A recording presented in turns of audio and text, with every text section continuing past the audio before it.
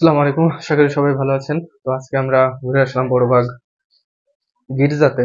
তো সব ধর্মের বিষয়ে আমার একটু জ্ঞান আহরণ করার ইচ্ছা থেকেই আ আমি এই বিভিন্ন মন্দির, গির্জা এগুলোতে আমার একটু আ যাওয়া মাঝে মধ্যে হয়।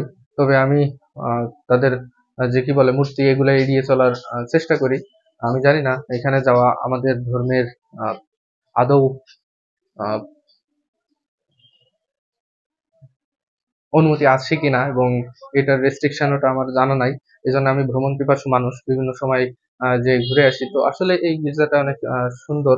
চারপাশটা আ দেখে আমার যা মনে হলো এবং এখানে যারা খ্রিস্টান ধর্মের মানুষ আছেন, তারা এখানটাতে তাদের ধর্মীয় রীতিনীতি পালন করে এবং এই পাশটাতে আছে যেখানে উম খ্রিস্টান ধর্মীয় যুবক-যুবতী ডনা বক্স নামে একটা সংঘ, সেটার নাম লিখা আছে এবং দান বক্স এবং কিছু অন্য সাইডে কিছু হয়তো তাদের আ দেবতা বলেন আর তারা আ পূজনীয় যেই মূর্তিগুলো সেগুলো রাখা আছে এবং ভিতরে উম আমাদের যেই খ্রিস্টান ধর্মের ভাই বন্ধুদের ধর্মীয় রিচুয়াল গুলা হয় সেখানে বেঞ্চ এবং সবকিছু আনুষ্ঠানিকতার জন্য যে জিনিসপত্র সেগুলো আছে।